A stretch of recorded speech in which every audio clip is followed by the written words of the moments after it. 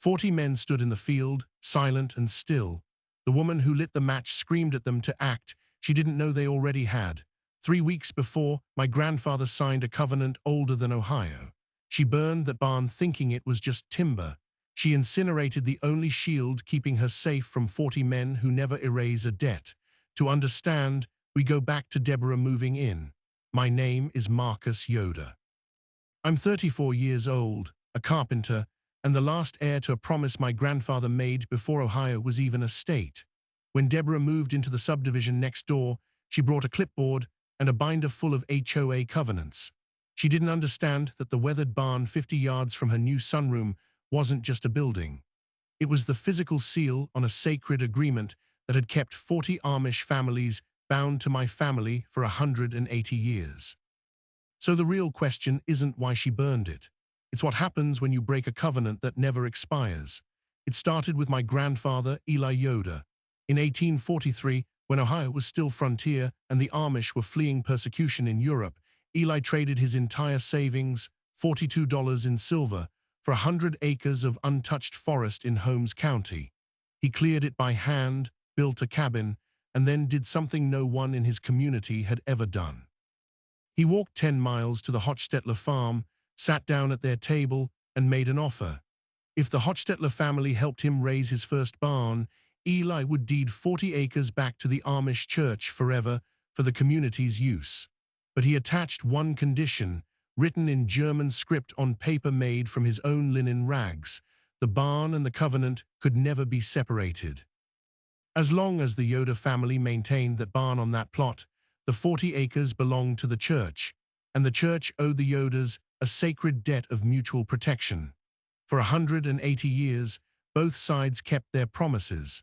When Eli's son Samuel was drafted into the Civil War and refused to fight, 40 Amish men pooled their resources and paid the $300 commutation fee to keep him alive.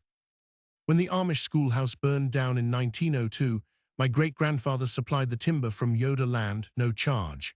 When my grandfather was diagnosed with cancer in 1996, Amish families he barely knew showed up at harvest time without being asked. 40 men, 40 teams of draft horses, and they brought in the entire crop in a single day. They didn't do it for money. They did it because the covenant said if a Yoder was in trouble, the community answered. That was the deal. That was the chain my family had guarded for 6 generations. I inherited the farm in 2012, 27 years old, just married, no idea how to run 100 acres. But I knew the barn. I'd played in it as a kid, learned to swing a hammer under its beams, helped my father replace the cedar shakes the spring before he died. Every board had a story. The hand-hewn oak posts came from trees my grandfather planted. The iron nails were forged by an Amish blacksmith named Jonas Miller who'd been dead since 1908. The covenant document itself sat in a fireproof safe in my basement, still legible after nearly 2 centuries, the ink now the color of dried blood. Then Deborah bought the 30-acre parcel next door. She was a retired corporate attorney from Columbus, 62 years old, recently widowed, and she arrived with a mission. She'd spent 30 years suing people and winning. Within 2 weeks of moving into her custom-built colonial, she filed to establish the Walnut Ridge Homeowners Association. Her subdivision had exactly 6 houses, all built within the last 5 years, all owned by transplants from Chicago and Cleveland who'd never spoken to an Amish person in their lives. Deborah got elected president by a vote of 5-1, the one being a dentist who had the audacity to ask why they needed an HOA in the first place. Her first official act was to send a cease and desist letter to every Amish farmer whose property touched the subdivision boundary. The complaints were absurd. Horse manure odor reducing property values, buggy traffic creating safety hazards on county roads, early morning hymn singing violating noise ordinances. She cited legal codes that hadn't been updated since the 1970s, filed 11 separate complaints with the county zoning board, and personally photographed Amish children walking barefoot to school as evidence of neglect. She called the health department on a family that sold raw milk from a cooler on their porch. She reported a 16-year-old Amish boy to the sheriff for driving a buggy without a license, which isn't even a thing in Ohio. But here's what she didn't know. Every Amish family she targeted was a descendant of the original 40 who signed the covenant. They were bound by a promise their ancestors made in 1843, and in the Amish faith, a promise to God doesn't expire just because someone with a law degree moves next door. When Deborah's letters started arriving, the Amish community didn't retaliate. They didn't call lawyers or file counter-complaints or post angry signs. They simply showed up. 40 men standing silent in the field between my barn and her property line. They came every morning at sunrise, stood for exactly 1 hour, then dispersed without a word. It was the most terrifying thing I've ever witnessed because I knew what it meant. I knew what it meant because my grandfather had explained the dark side of the covenant when I was 12 years old. We were repairing a broken stall door in the barn, and I'd asked why the Amish families always did whatever we asked without hesitation. He set down his hammer, looked at me with those pale blue eyes that had seen 2 world wars, and said, "Marcus, the barn isn't just wood, it's a cage. As long as it stands, we're protected and they're bound. But if anyone ever destroys it, and I mean anyone, including you, the debt doesn't vanish. It changes form. It becomes a debt of consequence." And the Amish don't believe in forgiveness for covenant breakers. They believe in recompense. He never explained what recompense meant, but the way he said it, like a prayer and a warning at the same time, stayed with me forever. Deborah didn't know any of this. She saw 40 men in black hats and suspenders standing silently in a field and assumed they were passive, weak, easily intimidated by someone with a law degree and a sense of entitlement. She was wrong on all counts. During the second week of the vigils, she called the Holmes County Sheriff's Office and reported a militia gathering outside her property. When Deputy Henderson arrived and found nothing but 40 elderly Amish men praying silently, Deborah came storming out of her house in a silk robe, demanding he arrest them for trespassing. Henderson, who'd grown up in this county and knew exactly what was happening, politely informed her that the men were standing on Yoda land, as confirmed by the survey stakes, and that religious expression was protected under the First Amendment. Deborah's face turned the color of raw steak. "Religious expression?" she shouted. "They're menacing me, look at them." Henderson looked. "Ma'am," he said, "they're not even facing your house. They're facing the barn." And that's when I understood the vigil wasn't for her at all. It was for me and for the barn itself, a daily reminder that the covenant still held, but just barely. Deborah pivoted. She couldn't arrest the men, so she went after the barn. She filed a complaint with the county zoning board, alleging that my barn constituted an attractive nuisance, a legal term she wielded like a scalpel. The fact that the barn predated the county's zoning laws by more than a century meant nothing to her. She argued it was structurally unsound, a hazard to children who might wander onto the property, and that it was being used for unpermitted agricultural activities, because the Amish occasionally stored hay there between harvests. She demanded an immediate inspection. When the county inspector, a tired man named Gary, walked through the hand-hewn oak frame and saw the condition of the timbers, he actually laughed out loud. "Mrs. Whitfield," he said, she'd changed her name after the move, "this barn is built better than any modern steel-framed building in the county. There's no hazard here. In fact, I'm recommending it for the National Register of Historic Places." Gary told me later that he'd never seen a woman's expression turn so venomous. "She looked at me like I'd personally insulted her mother," he said. "I've been doing this job for 22 years. I've never been afraid of a homeowner before, but I was afraid of her." That fear was justified.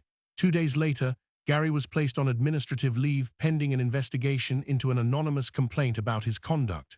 The county commissioner who signed the notice was a man named Robert Dunham, whose campaign had recently received a $10,000 donation from a real estate PAC registered to an address in Columbus, the same city where Deborah had practiced law. Coincidence, maybe. But I'd learned from my grandfather to read patterns, not promises. Something was shifting. The Amish response was immediate and wordless. The morning after Gary's suspension, I woke before sunrise to the sound of hammers. When I looked out my window, 40 Amish men were already on ladders, replacing perfectly sound cedar shakes with new ones, reinforcing door frames, oiling hinges. They worked in complete silence. moving with a synchronized precision that looked choreographed, but was simply the product of a lifetime of communal labor. By noon, the barn looked brand new, its weathered exterior replaced with fresh wood that gleamed gold in the winter light. Bishop Miller, a 70-year-old man with a beard that reached his belt, walked up to me and handed me a single sheet of paper. It was a photocopy of the original covenant, the German script now barely legible, but with a handwritten note at the bottom in English. The debt remains, the chain holds. He looked at Deborah's house, visible through the bare winter trees, and then back at me. She will try again, he said. When the law fails, she will turn to fire. We have seen this before. In 1992, 5 Amish barns burned in Pennsylvania. None were insured. But we rebuilt them all, faster than the arsonists could imagine, because we do not fear losing wood. We fear losing our word. If she burns this barn, she releases us from our bond, and then the debt becomes hers to pay. I asked him what that payment would look like. He didn't answer. He just walked away, and the 40 men followed him into the fields, leaving the barn shining like a warning. The escalation I dreaded arrived 4 weeks later. It was a Friday afternoon when I got the certified letter from the Holmes County Environmental Court. Deborah had filed a formal petition to have the barn demolished as a public nuisance under a newly amended county ordinance that classified any structure over 100 years old without modern fire suppression systems as an imminent danger. The amendment had been passed in an emergency session just 3 days earlier, with Robert Dunham casting the deciding vote. The letter gave me 30 days to either install a sprinkler system that would cost more than the farm itself, or tear the barn down. Failure to comply would result in a daily fine of $5,000 to be levied against the property, ultimately resulting in a lien and, if necessary, seizure. The legal logic was so twisted it was almost elegant. The barn that had stood for 180 years, surviving tornadoes, blizzards, and a direct lightning strike in 1957, was now somehow too dangerous to exist. But the real genius wasn't the law itself. It was the fact that I had no money to fight it. My carpentry business had been struggling for 2 years. My wife had medical bills from a car accident. I'd already taken out a second mortgage just to keep the farm taxes current. Deborah knew all of this because she'd run a background check on me. I later found out through a private investigator who'd been asking questions at my bank under the guise of a title search. She wasn't just trying to destroy the barn. She was trying to destroy me, financially and psychologically, because she could. The Amish offered to pay for my legal defense. Bishop Miller came to my kitchen with a leather pouch containing $17,000 in cash, all contributions from the 40 families. "Take it," he said.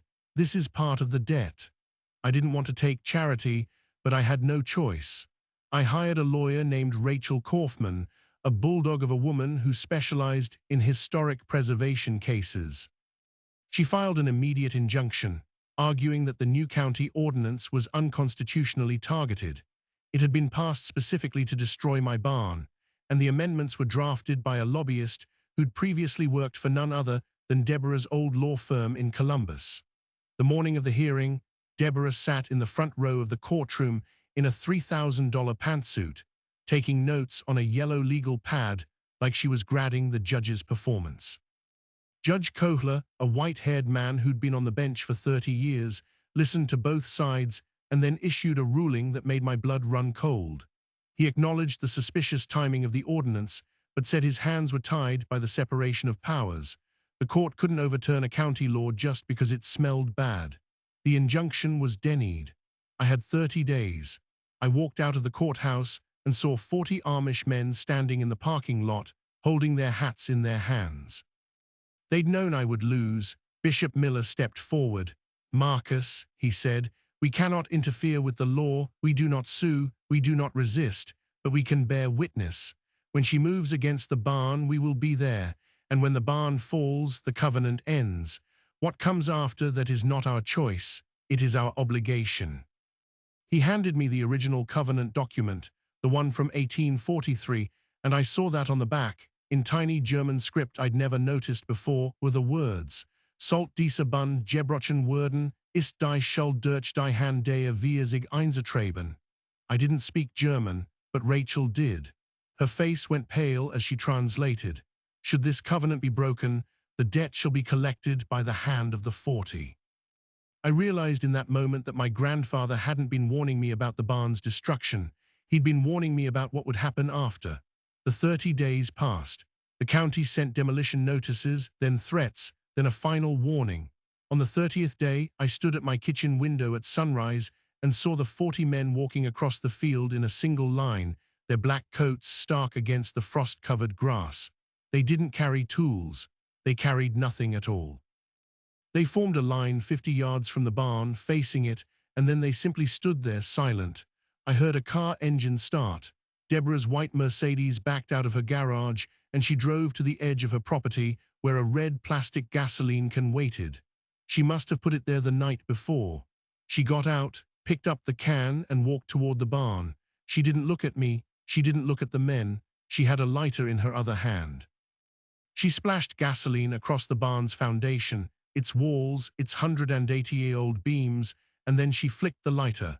The flames spread like a living thing, racing up the dry wood, the roar filling the morning air.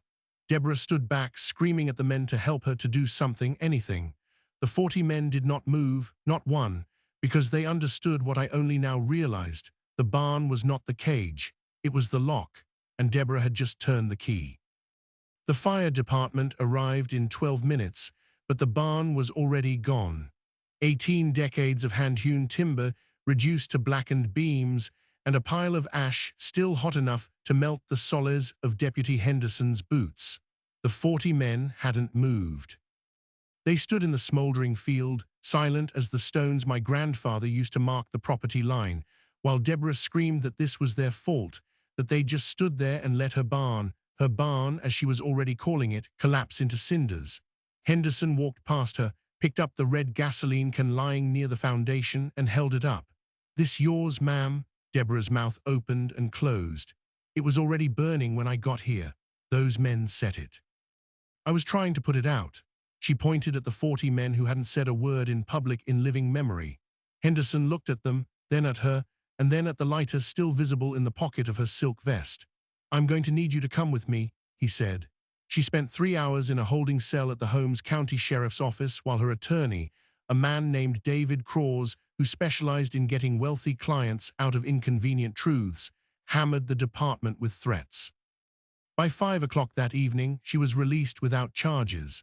The evidence, Crawes argued, was circumstantial. Anyone could have placed the gas can. The lighter was for her cigarettes, and 40 silent witnesses who refused to speak to law enforcement weren't witnesses at all. They were, in Crawes's words, a religious obstruction. The sheriff knew it was a farce, but he also knew something else. The Amish would never testify, and without testimony, no jury would convict. Deborah walked out of the station with the smirk of someone who believes she's above consequence. She didn't understand that consequence, for the Amish, had nothing to do with juries. 3 days later, her garbage stopped getting picked up. The sanitation company, Miller Waste Services, was owned by a grandson of one of the original 40 signatories. When Deborah called to complain, the receptionist politely informed her that her service had been cancelled due to a conflict of interest. The next day, the landscapers who'd been maintaining her 3 acres of Kentucky bluegrass failed to show. Then the grocery delivery from the Amish-owned market in Berlin stopped arriving.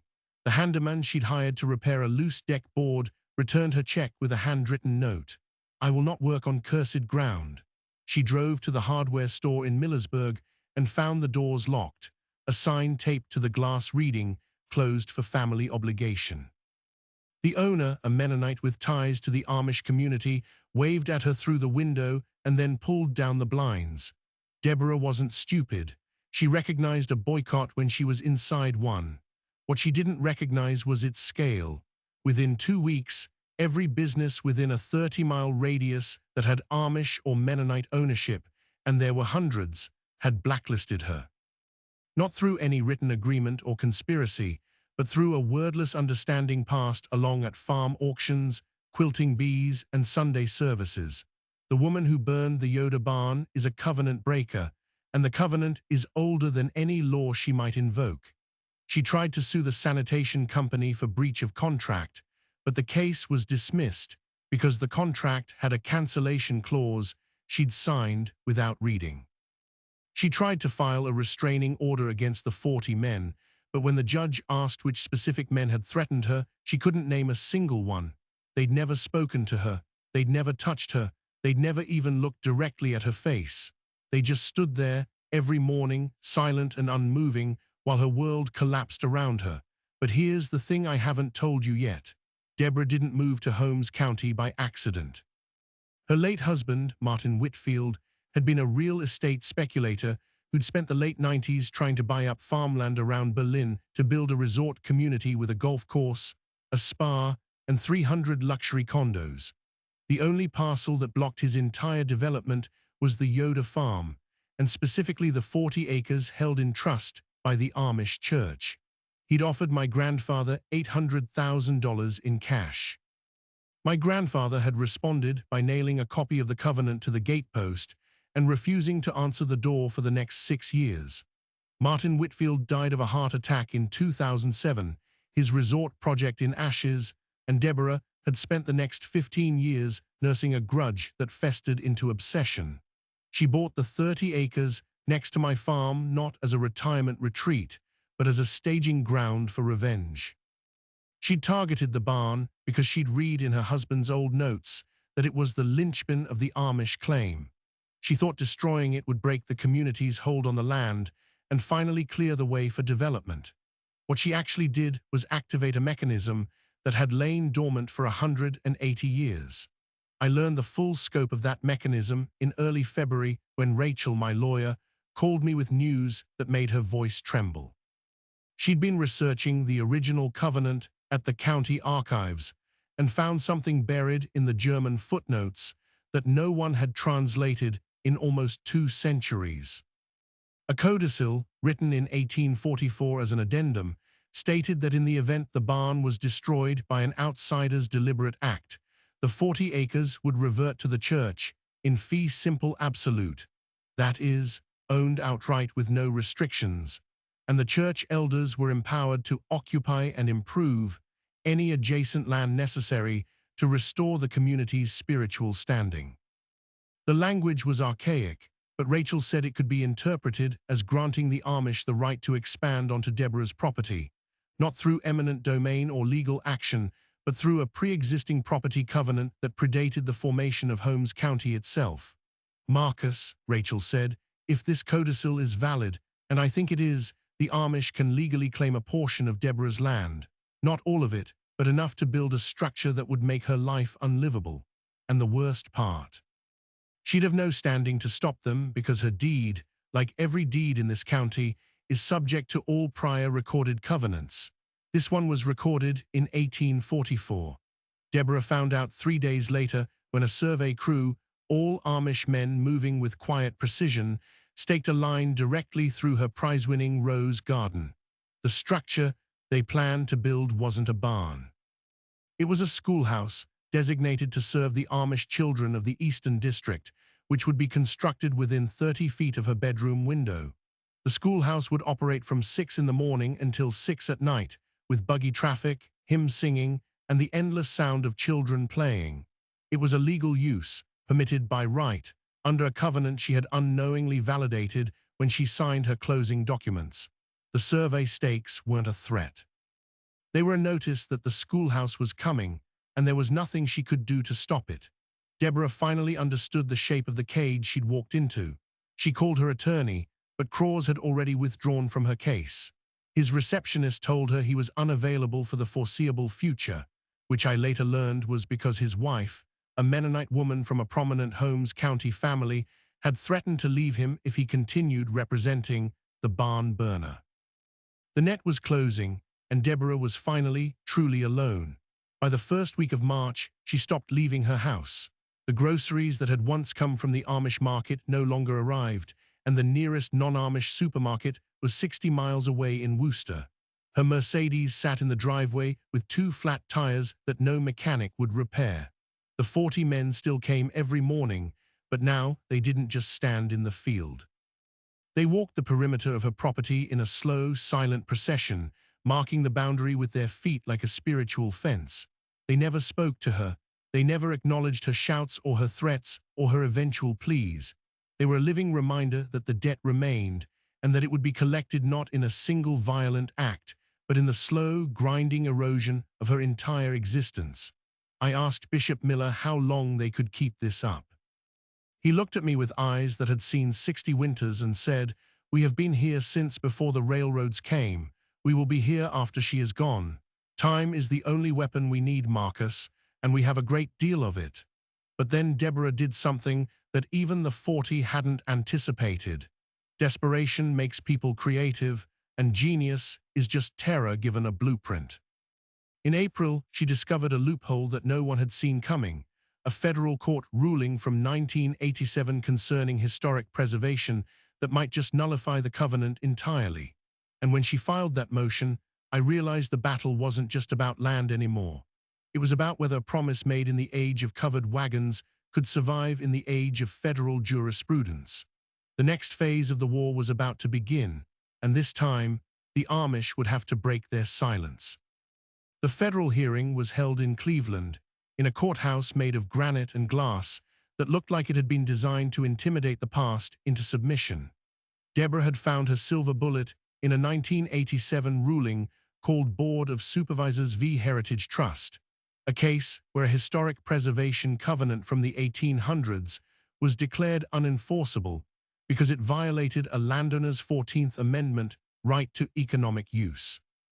The precedent was narrow, but Claus's new replacement, a tax attorney turned constitutional litigator from Chicago named Gerald Vance, argued that the HOA covenant was functionally identical. It restricted development, it had no expiration, and it was enforced not by law but by what he called a vigilante religious tribunal. He demanded the covenant be declared void and the 40 acres returned to Deborah as compensation for the harassment she'd endured. He asked for $2 million in damages. He asked for a restraining order against every Amish man, woman, and child in Holmes County. He asked for the moon, and for a few terrifying hours, it looked like he might get it. Judge Patricia Okonkwo was not what anyone expected. She was a Nigerian immigrant who'd come to Ohio at 14, put herself through law school working night shifts at a Cleveland hospital, and had a reputation for seeing through legal theater like it was saran wrap. She listened to Vance's arguments with the patient expression of someone who'd already read every brief twice and found them wanting. When he finished his opening, she leaned forward and asked a question that shifted the entire room. "Mr. Vance, you've cited Board of Supervisors extensively.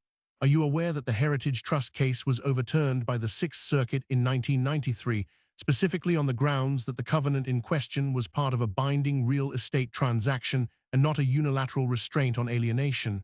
Vance's mouth opened. No sound came out. He'd cited the wrong version of the case, the overturned version, the one that hadn't been good law for 30 years. Judge Okonkwo didn't smile. She simply said, "I'll give you until tomorrow morning to refile your motion with corrected citations. In the meantime, I'm interested in hearing from the defendants, specifically from the men who actually signed this document's spiritual successors." The Amish had never testified in a federal court. It violated their fundamental commitment to separation from the world's systems. But Bishop Miller stood up, walked to the witness stand without being called, and addressed the judge directly. "Your Honor, we do not recognize this court's authority over our covenant. We never have, but we recognize truth. And the truth is that Deborah Whitfield burned a barn that contained not just wood, but the names of every family who has kept faith with the Yodas for 6 generations. She did it with full knowledge of what it meant. We have the letter she wrote to her husband in 1998, which we found in his papers after his death, and which we are now entering into the record." Rachel, who'd been holding a manila envelope, handed it to the bailiff. The letter, written in Deborah's own handwriting, said, "Martin, the barn is the key. Burn it down and the Amish folklore goes up in smoke. Do it when I can't be blamed and the land is ours." The letter was dated 6 months before her husband's fatal heart attack. She'd been planning this for 25 years. Deborah's face went gray. Vance tried to object on authentication grounds, but Bishop Miller had already produced a chain of custody document signed by 3 Amish witnesses who'd found the letter in Martin Whitfield's files during a cleanup of his abandoned office. The letter was real. It proved premeditation. It proved motive. It proved that the barn burning wasn't a fit of rage, but the culmination of a quarter-century conspiracy to destroy a sacred covenant for profit. Judge Okonkwo read it, set it down, and looked at Deborah for a full 10 seconds without speaking. Then she said, "Mrs. Whitfield, I've been a judge for 23 years. I've seen greed dressed up as righteousness. I've seen cruelty disguised as principle. But I have never seen someone burn down a building older than the Constitution and then demand compensation for the ashes. Your motion is denied in its entirety. The original covenant is upheld. And I am referring this matter to the U.S. Attorney for potential criminal charges under the federal arson statute, which carries a 10-year minimum." The courtroom erupted, but the Amish men didn't move. They'd heard what they needed. The debt was now legal as well as spiritual. Deborah never went to trial. The federal prosecutor offered her a deal: plead guilty to 1 count of arson on federal land. The barn had been on the National Register of Historic Places by then, which gave federal jurisdiction, and serve 18 months in a minimum security facility, followed by 5 years of supervised release and a permanent loss of her real estate license. She took it. She had no choice. And on the day she was sentenced, the 40 men gathered one last time, not on my field but in front of the courthouse, holding a hand-lettered sign that read simply, "The debt is paid." I expected that to be the end. It wasn't.